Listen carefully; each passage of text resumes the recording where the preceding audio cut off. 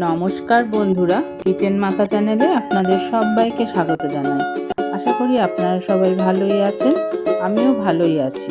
আমি আজকে আপনাদের সঙ্গে শেয়ার করব মাছের একটি রেসিপি। আমি বানাবো ক্ষীরোদ কাতলা। তার জন্য আমি নিয়েছি কাতলা মাছের 4টি পিস। এই মাছটার মধ্যে এবার আমি নুন আর একটুখানি গোলমরিচ দিয়ে মাছটাকে ম্যারিনেট করে কিছুক্ষণ রেখে দেবো।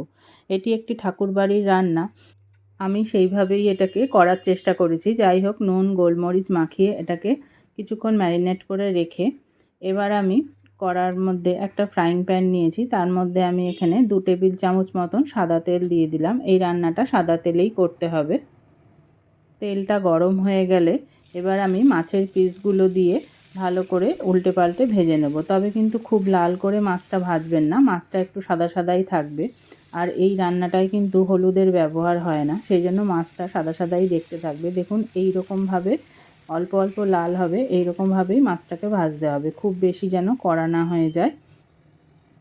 দেখুন, ঢাকা দিয়ে দিয়ে ভেজে এইভাবে লাল করে নিতে হবে। আর আমি এখানে পাশে দেখুন 1 কাপ দুধ নিয়েছি, তার মধ্যে আমি 1 চামচ ময়দা দিয়ে দিলাম। 1 চামচ ময়দা দিয়ে এটাকে ভালো করে মিশিয়ে সাইডে রেখে দিতে হবে। দুধটা কিন্তু রুম টেম্পারেচারের দুধ নিয়েছি, ফ্রিজের ঠান্ডা দুধ যেন ব্যবহার করবেন না, তাহলে কিন্তু কেটে যেতে পারে। দেখুন, মাছটা আমার কিন্তু ভাজা হয়ে গেছে, এবার আমি এটাকে তুলে নিচ্ছি। এই রান্নাটা কিন্তু খুব ভালো টেস্ট হয়, খেতে অসাধারণ লাগে। বাড়িতে কোনো অতিথি এলে তাদের জন্যও আপনারা তৈরি করতে পারেন, খেতে কিন্তু খুবই ভালো হয়। যাই হোক, আমি এর মধ্যে আরেকটুখানি তেল আর 1 চামচ ঘি দিয়ে এবার এর মধ্যে গোটা গরম মশলা ফোড়ন দিলাম। আর দেখুন, আমি একটা টমেটো লম্বা লম্বা করে কেটে নিয়েছি, তার সাথে কাঁচা লঙ্কাটাও এরকম লম্বা লম্বা করে চিড়ে নিয়েছি। এটা খেতে যেমন স্বাদটা লাগে, দেখতেও কিন্তু ভালো লাগে গ্রেভিটা। এর মধ্যে আমি 1 চামচ আদা বাটা, 1 চামচ ঠিক নয়, হাফ চামচ আদা বাটা, হাফ চামচ রসুন বাটা দিয়ে দিলাম। দিয়ে এবার এই মশলাটাকে ভালো করে একটু ভেজে নিতে হবে 2 মিনিট ধরে। আর আঁচটা কিন্তু মিডিয়াম রাখবেন, খুব বেশি আঁচে করলে কিন্তু পুড়ে যাবে, কিন্তু কষানোটা ভালো করে হবে না।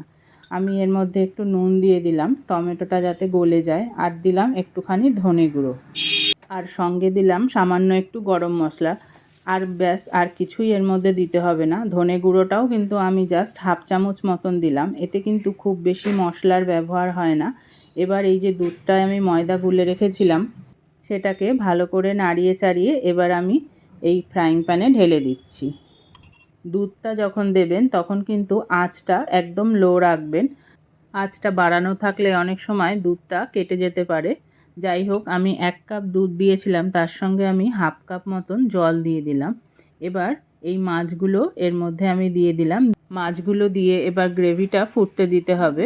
আমি এর মধ্যে সামান্য একটু ব্রাউন সুগার দিয়ে দেবো। চিনিটা জাস্ট ব্যালেন্স করার জন্য স্বাদটা দেবেন, আপনারা যে কোনো রকম চিনি দিতে পারেন, আমি এখানে ব্রাউন সুগার ইউজ করলাম।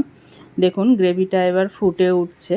এবার এটাকে নাড়াচাড়া করে ঢাকা দিয়ে মিনিট 5 মতন, 5 মিনিটও প্রয়োজন হয় না, 3-4 মিনিট মতন ফুটিয়ে নিলেই কিন্তু তৈরি হয়ে যাবে আপনার ক্ষীরোদ কাতলা। দেখুন কত সুন্দর গ্রেভি তৈরি হয়েছে কম তেল মশলাতেই। এবার আমি ওপর দিয়ে একটুখানি জাস্ট সাজানোর জন্য গরম মশলার গুঁড়ো ছিটিয়ে দিলাম। আঁচ বন্ধ করে রেখে দিয়ে কিছুক্ষণ স্ট্যান্ডিং টাইমে রেখে আমি এইভাবে পরিবেশন করে দিচ্ছি ক্ষীরোদ কাতলা। তা আপনারাও বাড়িতে এইভাবে বানিয়ে খান, খেয়ে দেখবেন কেমন লাগে। ভালো লাগলে একটা লাইক অবশ্যই দেবেন, আর আমার চ্যানেলটি কিন্তু সাবস্ক্রাইব করতে ভুলবেন না। তাহলে আজ আসি, নমস্কার।